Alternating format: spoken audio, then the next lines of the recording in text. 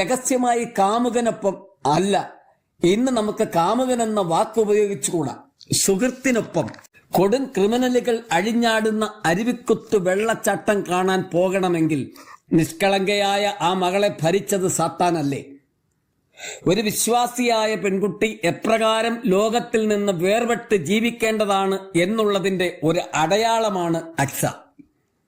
അക്സായെപ്പോലെ വീണുപോയ ഒരുപാട് പേർ ഇന്ന് ആത്മീയ ലോകത്തിന് പുറത്ത് ദൃഷ്ടാന്തമായി കിടപ്പുണ്ട്. അത് വേറെ കാര്യം.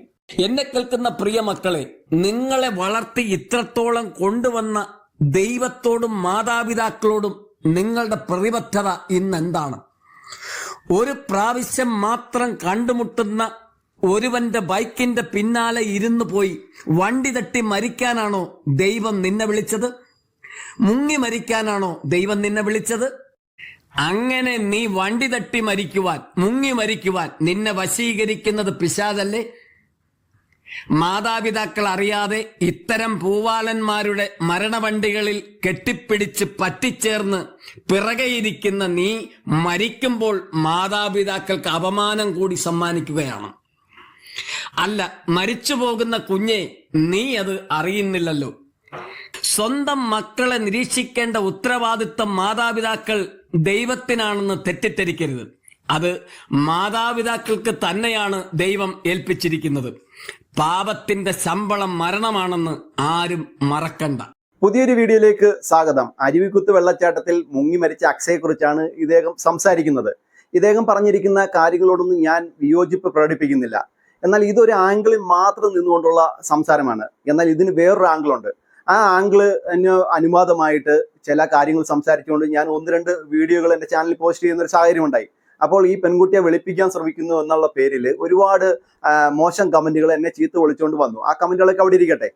എന്നാൽ ഇവിടെ മനസ്സിലാക്കേണ്ട ഒരു കാര്യമുണ്ട്. ഇദ്ദേഹം ഈ ഒരു വീഡിയോയിൽ പറഞ്ഞു വെക്കുന്ന ഒരു കാര്യമുണ്ട്, ഈ വോയിസിൽ പറഞ്ഞു വെക്കുന്ന ഒരു കാര്യമുണ്ട്. ആ വീഡിയോയ്ക്ക് അടിക്കുറിപ്പായിട്ട് കൊടുത്തിരിക്കുന്നത് പാപത്തിന്റെ ശമ്പളം മരണം എന്നുള്ള രീതിയിലാണ്. ബൈബിൾ അത് തന്നെയാണ് പഠിപ്പിക്കുന്നത്. പാവികളായിട്ട് എല്ലാവരും ജീവിക്കുന്നു, ആ പാപത്തിന്റെ ശമ്പളം മരണമാണെന്നുള്ളതാണ് ക്രിസ്ത്യാനിറ്റി പഠിപ്പിക്കുന്നത്. അപ്പോൾ ആത്മാവിനാണ് നിത്യജീവൻ ലഭിക്കേണ്ടത്. നമ്മുടെ ജഡമായ ശരീരം ഈ മണ്ണോട് മണ്ണ് ചേരും എന്നുള്ളതാണ് ബൈബിൾ പഠിപ്പിക്കുന്നത്. അപ്പൊ ആത്മാവിന് നിത്യശാന്തി ലഭിക്കണമെങ്കിൽ അത് ക്രിസ്തുവിനെ വിശ്വസിക്കണം, ആ ക്രിസ്തുവിന്റെ കൽപ്പനകളെ പ്രമാണിക്കണം. അതാണ് ക്രിസ്ത്യാനിറ്റിയും തിയോളജി പഠിപ്പിക്കുന്നത്. അപ്പോൾ അതൊക്കെ നമ്മൾ മനസ്സിലാക്കി വെക്കുന്ന ആളുകളാണ് ഈ വിശ്വാസ സമൂഹത്തിലുള്ള ആളുകൾ, മുഴുവൻ ആളുകളും. ഈ അക്സയുടെ മരണവുമായി ബന്ധപ്പെട്ട് ഈ വിശ്വാസ സമൂഹം മുഴുവനും ആ പെൺകുട്ടിക്കെതിരെയും ആ വീടിനെതിരെയും തിരിഞ്ഞിരിക്കുന്ന ഒരു സാഹചര്യമാണ് നമ്മൾ കുറേ ദിവസങ്ങളായിട്ട് സോഷ്യൽ മീഡിയയിൽ കണ്ടുവരുന്നത്. അപ്പോൾ എല്ലാവരും മനസ്സിലാക്കേണ്ട ഒരു കാര്യം എന്ന് പറഞ്ഞാൽ, ഈ പെൺകുട്ടിയെ സംബന്ധിച്ച് തെറ്റിലേക്ക് പോയി, അല്ലെങ്കിൽ തെറ്റ് സംഭവിച്ചു, എന്നാൽ ആ തെറ്റ് തിരുത്താനുള്ള ഒരു സാഹചര്യം ആ പെൺകുട്ടിക്ക് ലഭിച്ചില്ല എന്നുള്ളത് വളരെ നിരാശാജനകമായിട്ടുള്ള കാര്യമാണ്. എല്ലാ ആളുകളും തെറ്റ് ചെയ്യുന്ന ആളുകളാണ്, വിശ്വാസ സമൂഹത്തിലുള്ള ആളുകളും തെറ്റ് ചെയ്യുന്നുണ്ട്. അപ്പോൾ ആ തെറ്റുകളൊക്കെ പൊറുക്കുന്ന ദൈവത്തെയാണ് എല്ലാ വിശ്വാസികളും വിശ്വസിക്കുന്നത്. അപ്പോൾ നമ്മുടെയൊക്കെ വീടുകളിൽ പെൺകുട്ടികളുണ്ട്, നമ്മുടെയൊക്കെ ബന്ധത്തിൽപ്പെട്ട പെൺകുട്ടികളുണ്ട്. അവരൊക്കെ വിശ്വാസികളായിരിക്കാം, സൺഡേ സ്കൂൾ പഠിച്ച പെൺകുട്ടികളായിരിക്കാം, വിശ്വാസത്തിൽ തന്നെ ജീവിച്ച പെൺകുട്ടികളായിരിക്കാം. അപ്പോൾ ഏതെങ്കിലും ഒരു നിമിഷത്തെ ചെറിയ ഒരു മനസ്സിന്റെ ചാഞ്ചല്യം കൊണ്ട് ഒരു തെറ്റിലേക്ക് പോയി കഴിഞ്ഞാൽ അതിനെ തിരുത്തി വീണ്ടും തിരിച്ചു വന്ന് മാനസാന്തരപ്പെട്ട് നിരപ്പ് പ്രാപിച്ച് വിശ്വാസത്തിൽ നിന്ന് നിലനിൽക്കുന്ന ഒരുപാട് പെൺകുട്ടികളുണ്ട്. അപ്പോൾ അത്തരമുള്ള പെൺകുട്ടികൾക്കൊക്കെ ഒരു ചാൻസ് ലഭിക്കുന്നു. ഈ പെൺകുട്ടിയെ സംബന്ധിച്ച് ഉണ്ടായ ഒരു തെറ്റാണെന്നാണ് എല്ലാ ആളുകളും കമന്റ് ബോക്സിലൊക്കെ എഴുതി വെക്കുന്നത്. അപ്പോൾ ആ തെറ്റ് തിരുത്താനുള്ള ഒരു അവസരം ആ പെൺകുട്ടിക്ക് ലഭിച്ചില്ല. അപ്പൊ അവസരം ലഭിക്കാത്തത് കൊണ്ട് ഈ പെൺകുട്ടിയെയും ഈ പെൺകുട്ടിയുടെ വീട്ടുകാരെയും ഇങ്ങനെ ക്രൂരമായിട്ട് ഈ സോഷ്യൽ മീഡിയയിൽ വേട്ടയാടുന്നത് അത്ര ശരിയായ നടപടിയായിട്ട് എനിക്ക് തോന്നിയിട്ടില്ല. ഞാൻ അങ്ങനെ പറയാനുള്ള ഒരു പ്രത്യേക കാരണമുണ്ട്. ഇത്തരത്തിലുള്ള സംഭവങ്ങൾ തുടർച്ചയായിട്ട് കേരളത്തിൽ സംഭവിക്കുന്നുണ്ട്. കഴിഞ്ഞ ഇടയ്ക്ക്, അതായത് 2-3 ആഴ്ചയ്ക്ക് മുന്നേ നേര്യമംഗലത്ത് ഇതുപോലെ 2 സുഹൃത്തുക്കൾ ബൈക്കിൽ സഞ്ചരിക്കുകയായിരുന്നു. എഞ്ചിനീയറിംഗ് കോളേജിലും കണ്ട് പഠിക്കുന്ന 2 കുട്ടികളാണ്. അവരുടെ ഈ ബൈക്കിന്റെ പുറത്തേക്ക് ഒരു ആന ഒരു മരം തെള്ളിയിടുകയും ആ പെൺകുട്ടി മരണപ്പെടുന്ന ഒരു സാഹചര്യം ഉണ്ടാകുകയും ചെയ്തു. അത് വാർത്താ ചാനലിലൊക്കെ വന്ന് ഇങ്ങനെ പോയതേ ഉള്ളൂ. ആ പെൺകുട്ടിയെ കുറിച്ചോ ആ പയ്യനെ കുറിച്ചൊന്നും വലിയ ഡീറ്റെയിൽസ് ഒന്നും വന്നില്ല. ഇവിടുത്തെയും നമ്മൾ എടുത്തു പറയേണ്ട ഒരു കാര്യമുണ്ട്. അതായത് സോഷ്യൽ മീഡിയയിൽ ഒരുപാട് ഇതിനെ സംബന്ധിച്ച്, അതായത് ഈ മുങ്ങിമരണത്തെ സംബന്ധിച്ച് ഒരുപാട് വീഡിയോകൾ പുറത്തു വന്നിട്ടുണ്ട്. അതിലെല്ലാം പ്രധാനമായി കേന്ദ്രീകരിച്ചിരിക്കുന്നത് അക്സ എന്ന പെൺകുട്ടിയാണ്. അപ്പോൾ ഈ പെൺകുട്ടി ആ വെള്ളച്ചാട്ടത്തിലേക്ക് ചെന്നതും ആ പെൺകുട്ടി അവിടേക്ക് കൊണ്ടുപോയതൊക്കെ ഒരു പയ്യനാണ്, ഡൊണാൾഡ് എന്ന് പറയുന്ന ഒരു പയ്യനാണ്. ആ പയ്യനെ കുറിച്ച് യാതൊരു വിധമായിട്ടുള്ള ഇൻഫർമേഷനോ വീഡിയോകളോ അവരുടെ വീട്ടുകാരെ കുറിച്ചോ ഒന്നും തന്നെ സോഷ്യൽ മീഡിയ ഞാൻ ഇതുവരെ കണ്ടിട്ടില്ല. ഞാൻ ഒരുപാട് സെർച്ച് ചെയ്ത് നോക്കി, ഒരു വിവരങ്ങളും ഇല്ല. എന്നാൽ ഈ പെൺകുട്ടിയുടെ വീട്ടുകാർ ഒരു വീഡിയോ പുറത്തുവിട്ടിട്ടുണ്ട്. ഒരു യൂട്യൂബ് ചാനലിൽ, ഒരു വാർത്താ യൂട്യൂബ് ചാനലിൽ ഒരു വീഡിയോ പുറത്തുവിട്ടിട്ടുണ്ട്. അതിൽ ഈ പെൺകുട്ടിയുടെ സഹോദരിയും ഈ പെൺകുട്ടിയുടെ അപ്പനും അമ്മയും കൂടെ ചേർന്ന് സംസാരിക്കുന്ന ഒരു വീഡിയോ ആണ്. അതിൽ അവർ ഈ പൊതുജനങ്ങളോട്, അത് പൊതുസമൂഹത്തിനോട് അപേക്ഷിക്കുന്നുണ്ട്. എനിക്ക് 2 പെൺകുട്ടികളുടെ ഇനിയുണ്ട്. ഈ ഫാദർ അപേക്ഷിക്കുകയാണ്, 2 പെൺകുട്ടികളുടെ എനിക്കുണ്ട്, എനിക്ക് സമൂഹത്തിൽ ജീവിക്കണം. അപ്പോൾ ഈ സോഷ്യൽ മീഡിയയിലൂടെ ഇങ്ങനെ ഞങ്ങളെ ക്രൂരമായി വേട്ടയാടുന്നു നിർത്തണം എന്ന് അപേക്ഷിച്ചുകൊണ്ടുള്ള ഒരു വീഡിയോ ആണ്. അതോടൊപ്പം തന്നെ ഈ മരണത്തിൽ ദുരൂഹതയുണ്ടെന്നും ഇവര് അതിനകത്തിൽ ആരോപിക്കുന്നുണ്ട്. അപ്പോൾ ആ ഒരു കമന്റ് ബോക്സിന്റെ താഴെയും വളരെ മോശമായിട്ടുള്ള കമന്റുകൾ ധാരാളമായിട്ട് വരുന്നുണ്ട്. തെറ്റ് ചെയ്യുന്ന ആളുകൾക്ക് അത് തിരുത്താനുള്ള അവസരം എല്ലാ ആളുകൾക്കും ലഭിക്കുന്നുണ്ട്. തെറ്റിയാത്തവരായി ആരും തന്നെ കാണത്തില്ല. ഈ കമന്റ് ബോക്സിൽ ഈ മോശം കമന്റ് എഴുതുന്നവരുടെ മക്കളും രഹസ്യമായി തെറ്റ് ചെയ്യുന്നുണ്ട്. ഇവരാരെങ്കിലും അറിയുന്നുണ്ടോ? അപ്പോൾ അത്തരത്തിൽ തെറ്റുകൾ ഈ പ്രായത്തിലുള്ള, അതായത് ഈ കോളേജുകളിലൊക്കെ പഠിക്കുന്ന പെൺകുട്ടികളാവട്ടെ ആൺകുട്ടികളാവട്ടെ, തെറ്റുകളൊക്കെ ധാരാളമായിട്ട് ഇങ്ങനെയുള്ള കാര്യങ്ങളൊക്കെ ചെയ്യുന്നുണ്ട്. അപ്പം നമ്മൾ തെറ്റിന്റെയൊക്കെ പട്ടികൾ, അത് പാവത്തിന്റെയൊക്കെ പട്ടികൾ നമ്മൾ ബൈബിളിൽ കൃത്യമായിട്ട് ഇങ്ങനെ ഇങ്ങോട്ട് പരിശോധിച്ചെടുത്തു കഴിഞ്ഞാൽ, അതായത് ഇങ്ങനെ പരിശോധിച്ചെടുത്തു കഴിഞ്ഞാൽ ഒരാളെ കൊല്ലണമെന്ന് മനസ്സുകൊണ്ട് ആഗ്രഹിക്കുന്നതും അല്ലെങ്കിൽ മനസ്സുകൊണ്ട് ഇങ്ങനെ നമ്മൾ വിചാരിക്കുന്നതും ഈ കൊല്ലുന്നതും ഒരേ പാവത്തിന്റെ ആ ഒരു പട്ടികയിൽ തന്നെയാണ് പെടുത്തിയിരിക്കുന്നത്. അത് എല്ലാ പാവത്തിന്റെ പട്ടികളിലും അതേ രീതി തന്നെയാണ്. മോഷണം എന്ന് നമ്മൾ ഒരു കാര്യം ഒരിടത്തിരിക്കുന്നത് മോട്ടിക്കണമെന്ന് മനസ്സുകൊണ്ട് നമ്മൾ ചിന്തിക്കുന്നതും അത് മോട്ടിക്കുന്നതും ഒരേ പാവം തന്നെയാണെന്നാണ് ബൈബിൾ പഠിപ്പിക്കുന്നത്.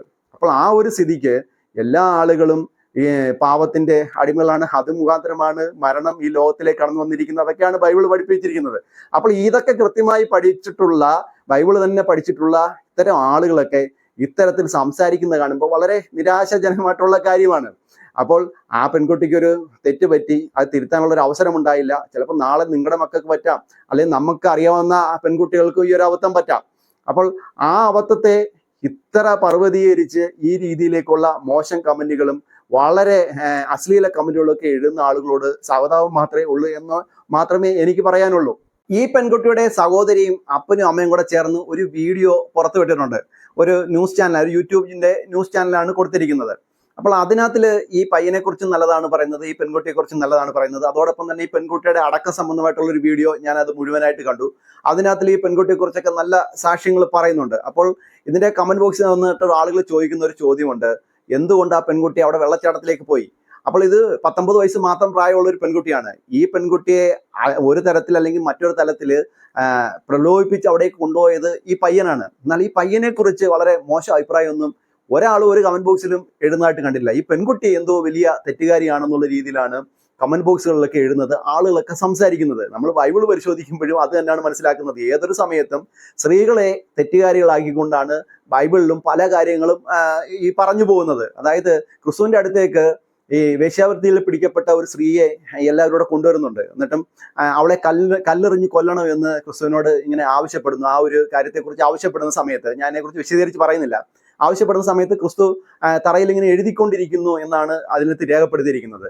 അപ്പോൾ ആ സമയത്ത് ഈ ആളുകൾ ഓരോരുത്തർ വന്നവരെല്ലാം തിരിച്ചു പോവുകയാണ്. അപ്പോൾ ഇങ്ങനെ അനുമാനിക്കുന്ന, അതായത് സുവിശേഷകരും അതുപോലെ തന്നെ തിയോളജിസ്റ്റുകളൊക്കെ ഇങ്ങനെ അനുമാനിക്കുന്ന ഒരു കാര്യം എന്ന് പറഞ്ഞാൽ, അവിടെ വന്ന ആളുകൾ, അതായത് ഈ സ്ത്രീകളുമായിട്ട് ബന്ധപ്പെട്ട ഈ ഒരു സ്ത്രീ, അതായത് ഈ വേശ്യാവൃത്തിക്ക് കുറ്റം ആരോപിച്ചുകൊണ്ട് ഈ പിടിച്ചുകൊണ്ട് വന്ന സ്ത്രീയുമായിട്ട് ബന്ധപ്പെട്ടിട്ടുള്ള ആളുകളുടെ പേരുകളാണ് ക്രിസ്തു ഈ തറയിൽ എഴുതിക്കൊണ്ടിരുന്നത് എന്നാണ് തിയോളജിസ്റ്റുകളൊക്കെ ഒരു അനുമാനം എന്ന രീതിയിൽ പറയുന്നത്. അപ്പോൾ ഈ സ്ത്രീയെ അവിടെ കൊണ്ടുവന്ന് നിർത്തിയതിനു ശേഷം ഈ ആളുകളെല്ലാം, വന്ന ആളുകളെല്ലാം, ഏത് കല്ലെറിയണമെന്ന് ആഗ്രഹിച്ച് വന്ന ആളുകളെല്ലാം ഓരോരുത്തരായിട്ട് പിരിഞ്ഞു പോവുകയാണ്. എന്ന് പറഞ്ഞാൽ ഈ കല്ലെറിയണമെന്ന് ആവശ്യപ്പെട്ട് വന്നിട്ടുള്ള ആളുകളൊക്കെ ഈ സ്ത്രീയുമായിട്ട് അവിഹിത ബന്ധം പുലർത്തിയിട്ടുള്ള ആളുകളാണ്.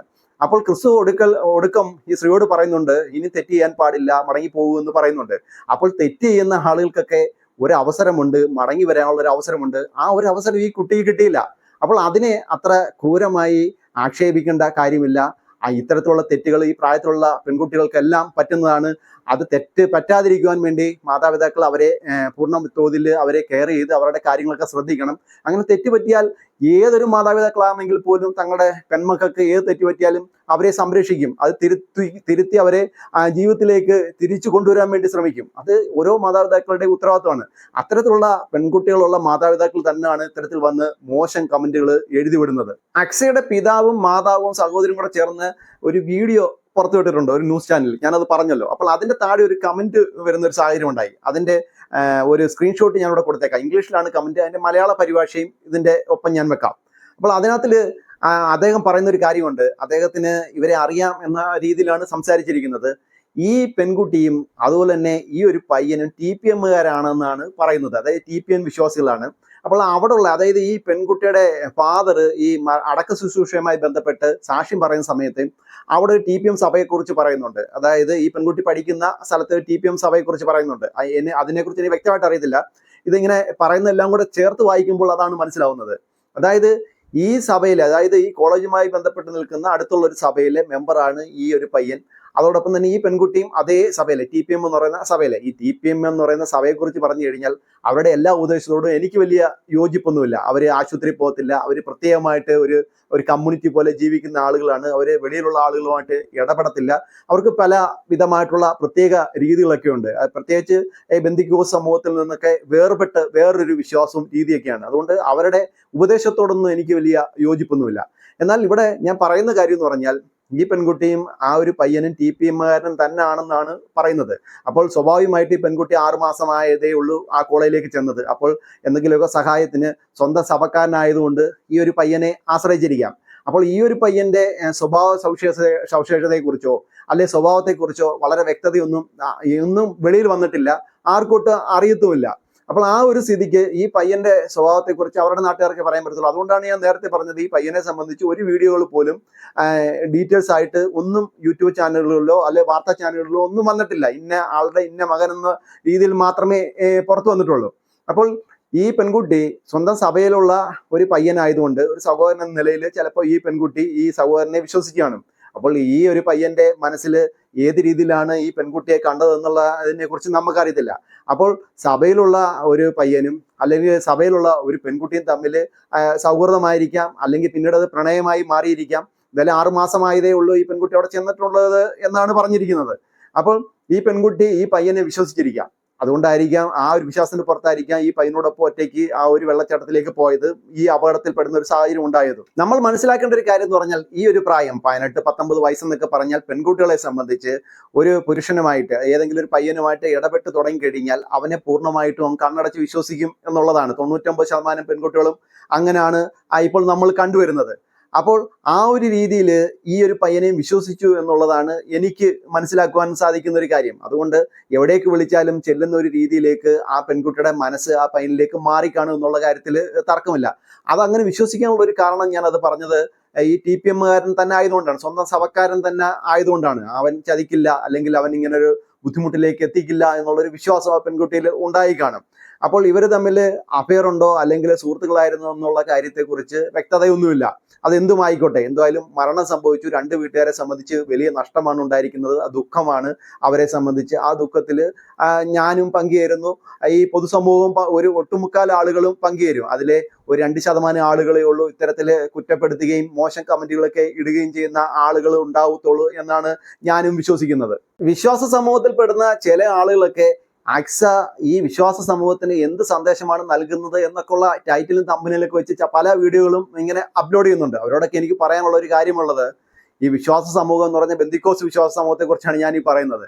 അപ്പോൾ ഈ അധ്യാപകരുടെ ഇടയിലൊക്കെ ഞാൻ പല സമയങ്ങളിലും പറഞ്ഞു കേട്ടിട്ടുണ്ട്, ഈ മാലയും കമ്മലും ഇടാത്ത പെൺകുട്ടികൾക്ക് മറ്റുള്ള പെൺകുട്ടികളെക്കാൾ ഇച്ചിരിയോടെ എടുത്തിയാട്ടവും ഇങ്ങനെയൊക്കെയുള്ള കുസൃതികളും കൂടുതലുണ്ട് എന്ന് പല സമയങ്ങളിലും ഞാൻ പറഞ്ഞു കേട്ടിട്ടുണ്ട്. അപ്പോൾ നമ്മുടെ വിശ്വാസ സമൂഹത്തിലുള്ള പെൺകുട്ടികളെ, അതായത് ബെന്തിക്കോസ് വിശ്വാസ സമൂഹത്തിലുള്ള പെൺകുട്ടികളെ നല്ല രീതിയിൽ സൺഡേ സ്കൂളും കാര്യങ്ങളൊക്കെ കൊടുക്കുന്നുണ്ട് എങ്കിലും അവർക്ക് കുറച്ചുകൂടെയൊക്കെ കൂടുതലായിട്ടുള്ള സ്വാതന്ത്ര്യം ലഭിക്കുന്നുണ്ട്. കൂടുതലും ഈ അപ്പന്മാരൊക്കെ വിദേശത്തൊക്കെ ആയിരിക്കും, കൂടുതലും അമ്മമാരാണ് വളർത്തുന്നത്. കൃത്യമായ രീതിയിൽ നിയന്ത്രണമൊന്നും ഇല്ലാതെ വളരുന്ന ഒരുപാട് പെൺകുട്ടികളുണ്ട്, എല്ലാവരും ഇല്ല. ഒരു ചെറിയ ശതമാനം പെൺകുട്ടികൾ വളരെ നീറ്റായിട്ട് പോകുന്ന പെൺകുട്ടികളുമുണ്ട്. അപ്പോൾ ഇത്തരത്തിലുള്ള അബദ്ധങ്ങളും ഇതുപോലുള്ള പക്വതയില്ലായ്മ കൊണ്ട് ഉണ്ടാകുന്ന അപകടങ്ങളൊക്കെ നാളെ കാലത്ത് നമ്മുടെ വീട്ടിലും സംഭവിക്കാം. അതുകൊണ്ട് കാടടച്ച് വെടിവെക്കുന്നത് അത്ര നല്ല രീതിയല്ല എന്നുള്ളതാണ് എൻ്റെ ഒരു അഭിപ്രായം.